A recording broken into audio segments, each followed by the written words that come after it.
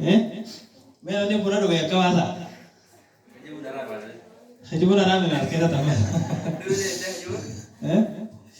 Namni waan tana facaafate maqaa siinee hin ta'u yaa hawwii dhaadhee. Boqqolloo sana namni nyaata akka baasa. Hin jiru. Bishaan waree dhugaa. Waa takka illee afaan oguu keessa teessu jiran. Warri nyaata yoo warri nyaata nyaate jeewoo hin jirtan na fakkaata. Hayyee kanatti aan sodaan erga kalaama rabbiitiin bananne du'aa'ii sheekha keenya Sheekh Badruddin Khayr as keessatti du'aa keessatti argamanii jiranii du'aa'ii asii godhanii ma dhufanii du'aa'ii fi gorsa bareedaa Sheekh Badru gara madrakaatti afeereetiin jira takbirtaasifadha. Allahu akbar. Allahu akbar.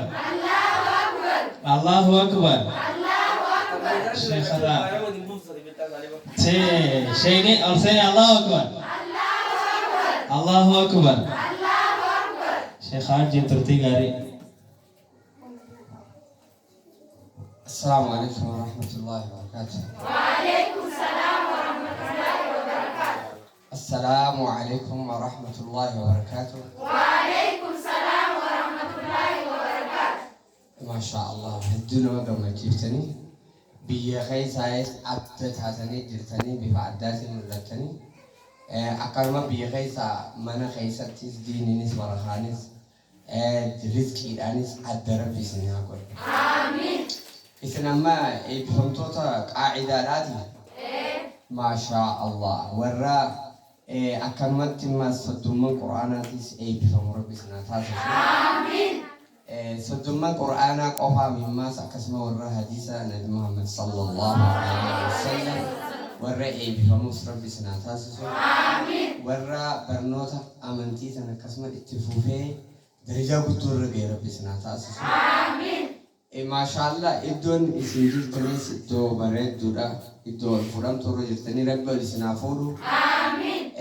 Yeroodhaaf iddoon ol fudhamtuun tun bareedduudha. Gandallee gad harkanii jalattillee gandaa hanga inni guddatellee asuma teessee miizaanuu dandeessa.